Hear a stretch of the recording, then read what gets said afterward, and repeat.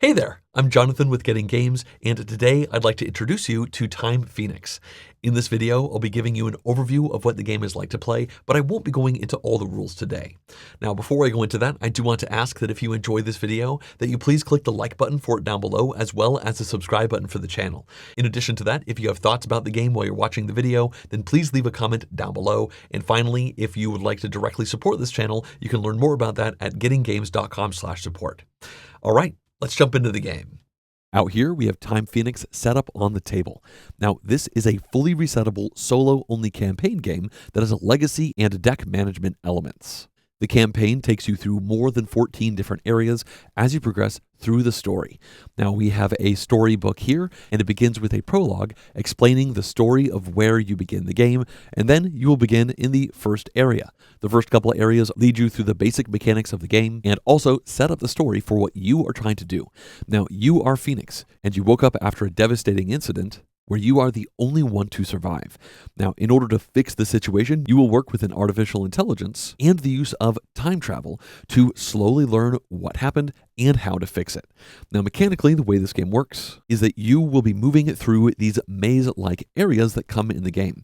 Here we have Area 4, so this shows you what's happening a little bit into the campaign, and you always start here. Now, we don't actually put a token down for you. You can move anywhere that you currently have access to. As you can see, we will use a dry erase pen and mark on this board. Right now, we can't go anywhere. There are yellow doors blocking each of the ways out, so we can use one of the focus cards in our hand in order to get one yellow key. Then we can spend that key in order to open a door that we have access to. So we could open this door here. Let's do it again. We discard this one to get a key that we then use to cross this off. And now you can see that we have access to all of this up to this area. So as you can see, you don't actually take individual turns. You'll simply be performing actions in the area you can get to, like this action right here, which will increase our defense. This is tracked on our player board, where we have cubes to show where our various stats are, like defense, attack, as well as health. There are other elements that become unlocked as the campaign goes on as well. Now, defense is important because we are going to be blocked by these manifestations, and the only way to get through them is to defeat them. We need to get through these because our goal is to reach one of these crystals that we have not reached already. We will have the opportunity to play individual areas multiple times as we seek to reach different crystals. In this example, we've already reached crystal 5 as well as crystal 4 here, so we can't go to either of those, but now our goal is to reach crystal 6 down here. There's also secret crystals that can unlock special areas, but these are very hard to get to. Fortunately, you could return to this much later on in the campaign.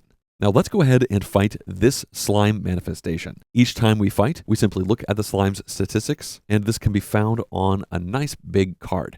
Now you could see the name, some stats, and then a grid. These stats are actually just for theme. They give you a general idea how strong that manifestation is. Now down here, we could see attack and defense. We have 1 defense, and at the start of this area, we have 3 attack. That means we look to the graph, see 3 to 4 attack and 1 defense. That means we take 4 damage. So in this game, you always defeat these manifestations. You simply take the damage that was indicated, and you have to make sure that you're not taking too much damage. Each of these manifestations has their own specific table, and for ease of play, you can actually keep all of these numbers updated to know exactly how much damage you'll take each time you fight them, and this goes down as you increase your attack and as you increase your defense.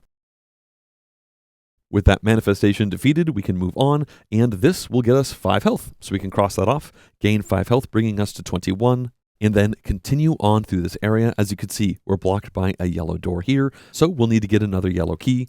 We don't have any more in our hand. Fortunately, we can focus.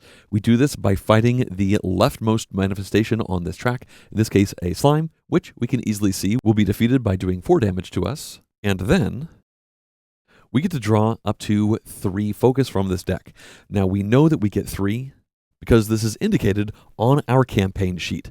Now we use this throughout the entire campaign, and this shows the various areas that we are progressing to, and as we reach these crystals, we will unlock new areas. So there's not a specific path that you will be following once you get deeper into the campaign. You can make these choices, and again, you can keep revisiting various areas until you've reached every one of the crystals. So our current focus says we draw 3. We can take these from the top of our deck and then use them immediately. Now you may be wondering, what would happen if we used all of the cards in our deck? Well, for the first couple campaigns, that's it. However, we have previously unlocked Refocus.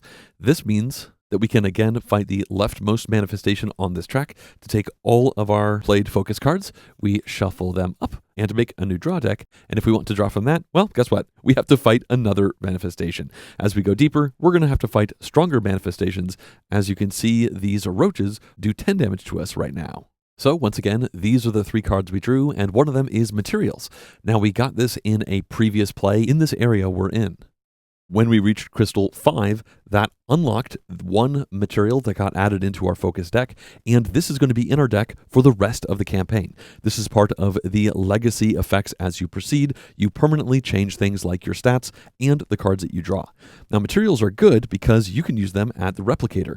In this instance, we could spend 1 yellow key, then fight this slime, losing 4 health. Then we could cross this off, gaining 5 health, so we just made 1. Then this slime is in the way. That loses us 4 more health. And now we have access to the replicator. Now these appear in some areas, and this one says we can spend material from our hand to do the action up here. In this case, we can spend 1 material to gain 1 blue key, and we take that from the supply and simply put it into our keys area. Now, as you proceed through this campaign, the options for every area will change, and as you can see, there is a wide variety of keys that you'll have access to, as well as special effect tokens that are used in various areas. Gaining a blue key is very important because, again, our goal is to reach the 6th crystal, and once we reach this, we immediately win the play, but we can look at the path we need to make from here over, and we need 1, 2, 3, 4, 5 blue keys. Now, I'm going to stop playing through the game and talk about how this is essentially a puzzle. There's a bit of variance with how your focus deck will be shuffled up, but every effect out here is known, and you need to plan ahead. Figure out how many keys you will need to get through the path that you need. Also consider, do you need defense or maybe attack? This will lower the amount of damage that you take as you figure out if you can survive to your ultimate goal. You might get halfway through an area and change your mind and go towards a different goal as long as you haven't done them already in the past. Again, we will win if we get to this crystal, and if our health reaches 0, instead we will escape, shown down here. We will then mark the escape here based off of the crystal that we were going for, and then we can use time travel to play that area again, this time with 5 more health than we started with last time. However, you put numbers in here, which are your ending health when you win, and this is your overall score for the campaign, and you get deducted when you escape. So, escapes make it easier to complete in the future, but hurt your overall score, and all of this is logged on your campaign sheet as you proceed through the campaign.